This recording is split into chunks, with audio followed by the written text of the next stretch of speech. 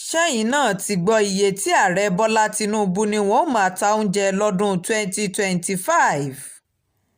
ààrẹ orílẹ̀-èdè nàìjíríà ààrẹ bọ́lá ahmed tinubu ti ṣèlérí pé ìṣèjọba rẹ̀ yóò mú àdínkù bá iye owó oúnjẹ àti ọ̀wọ́ngógó owó ọjà sí ìdá 15 láti ìdá 24 tó wà nínú oṣù kọkànlá ọdún 2024.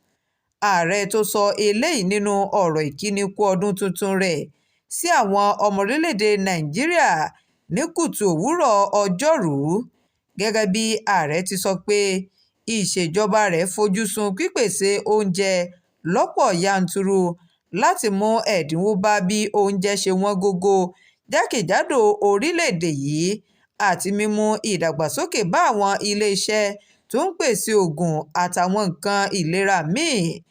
bákan náà ló tún pè fún ìfọwọ́sowọ́pọ̀ àti àtìlẹ́yìn àwọn ọmọ orílẹ̀-èdè yìí kí ìṣèjọba rẹ̀ lè ṣe àṣeyọrí lórí àfojúsùn ètò ọrọ̀ ajé lọ́dún tuntun yìí. Shakirat Arowolo Nurudeen ló ń jábọ̀ ìròyìn fún iléeṣẹ́ atótó arére online TV. ẹ ṣé púpọ̀ bẹ́ẹ̀ ṣe ń darapọ̀ mọ́